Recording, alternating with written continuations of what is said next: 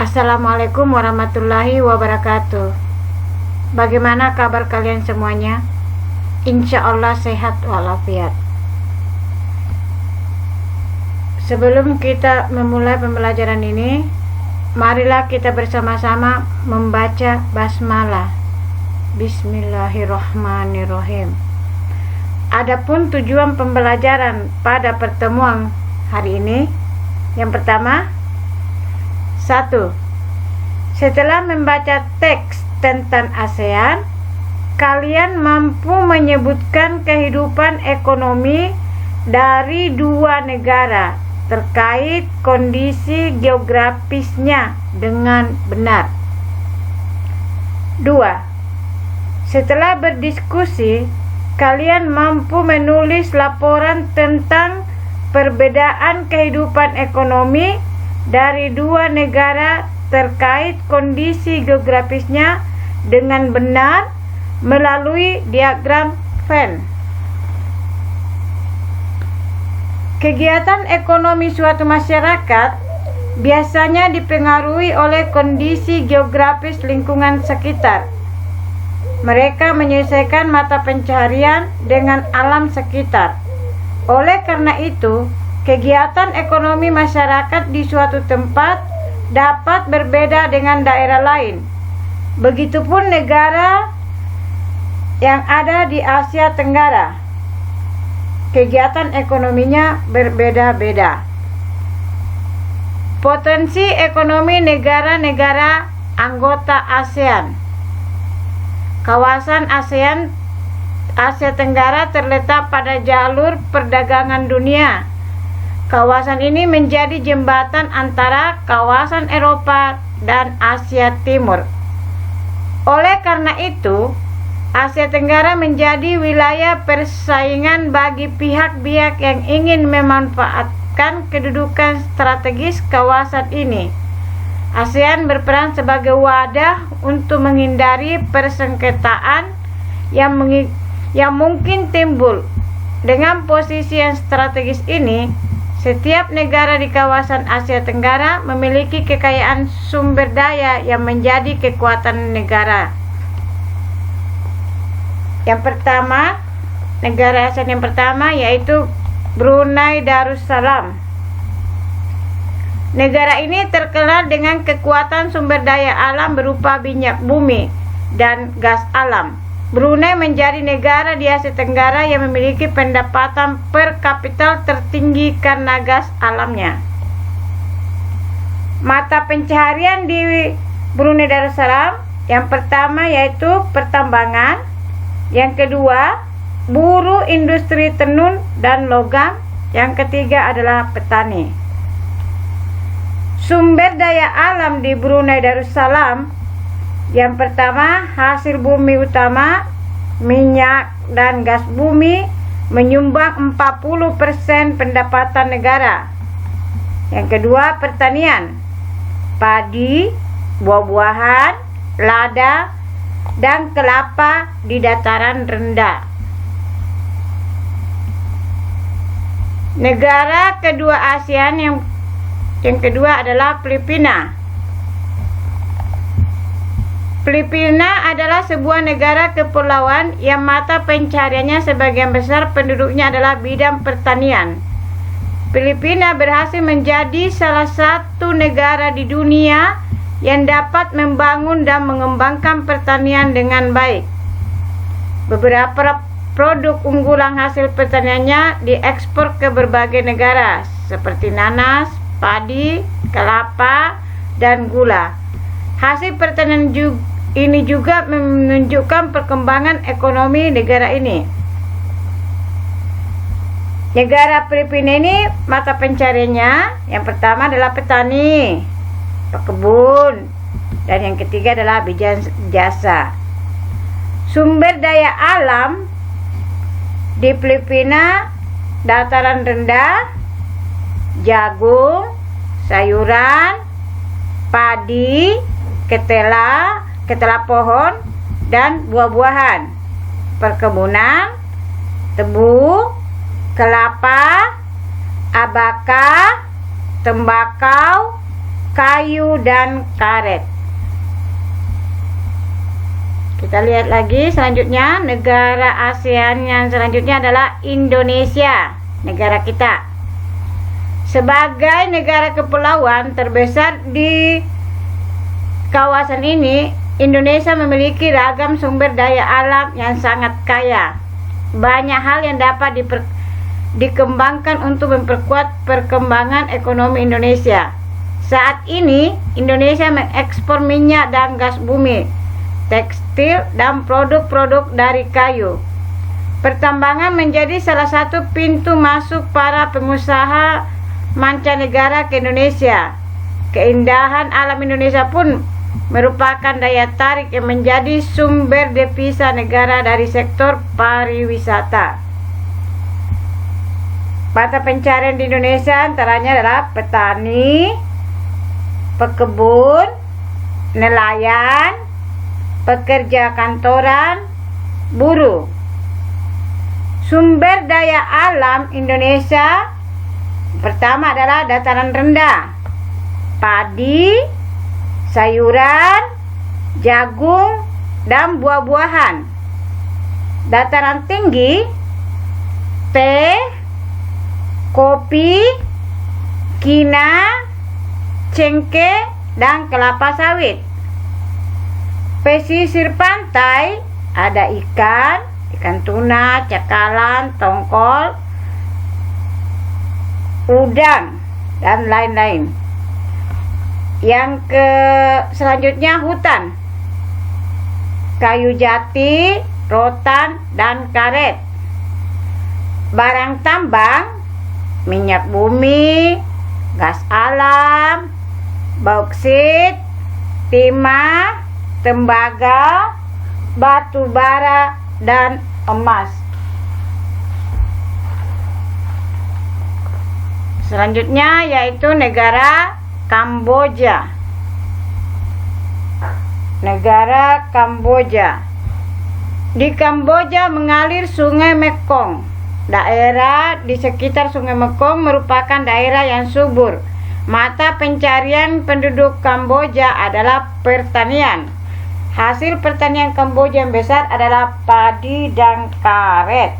Nah, perhatikan untuk Kamboja, mata pencariannya petani, pekebun, peternak, petambak.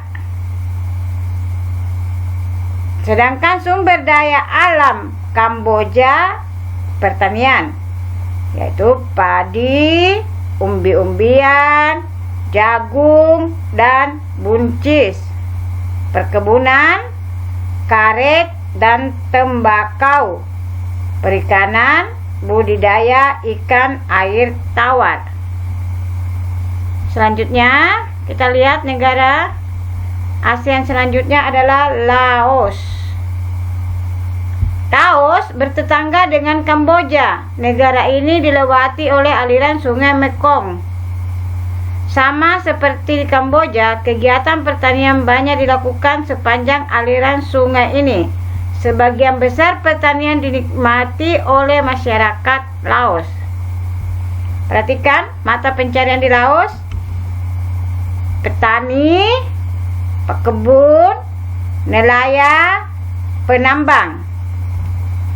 Sumber daya alam Laos, pertanian, padi, jagung, dan tembakau, hutan, kayu jati, Sungai Mekong, yaitu ikan karper dan ikan perch. Kemudian untuk perbukitannya, tambang gipsum, timah, batu bara, seng, dan biji besi. Negara ASEAN selanjutnya adalah Malaysia. Kegiatan ekonomi untuk penduduk Malaysia adalah bidang pertanian, pertambangan, perindustrian, perdagangan. Perdagangan internasional merupakan salah satu kegiatan ekonomi Malaysia yang mengalami pertumbuhan tercepat.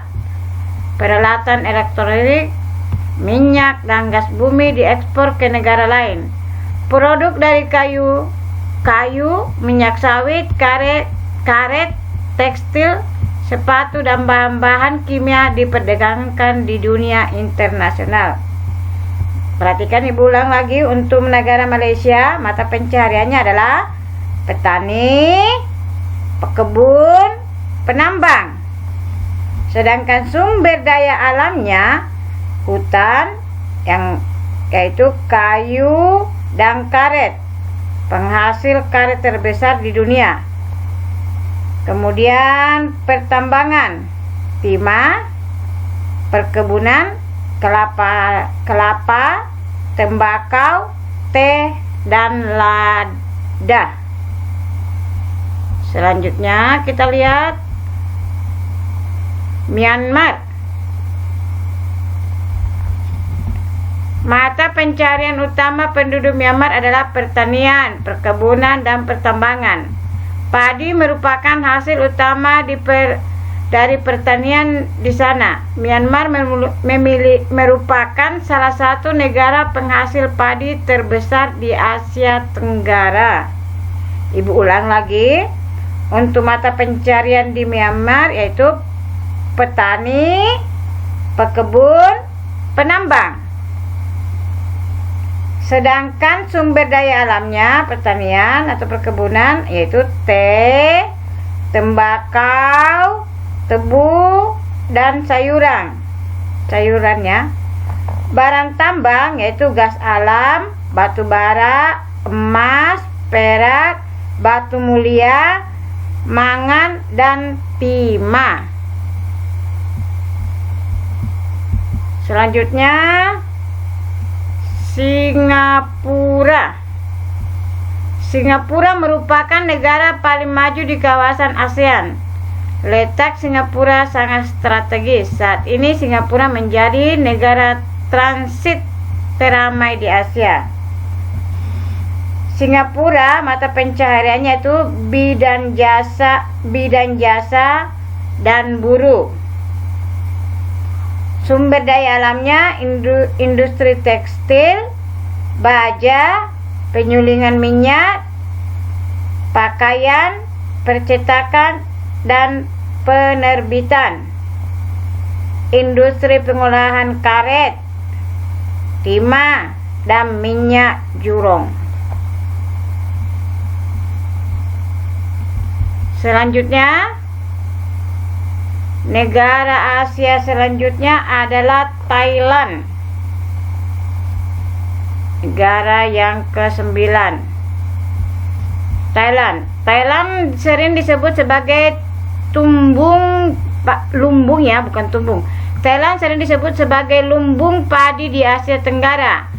Padi memang merupakan hasil pertanian terbesar di negara ini. Selain itu, perkebunan, kehutanan, pertambangan, dan industri juga merupakan kegiatan ekonomi penduduk Thailand.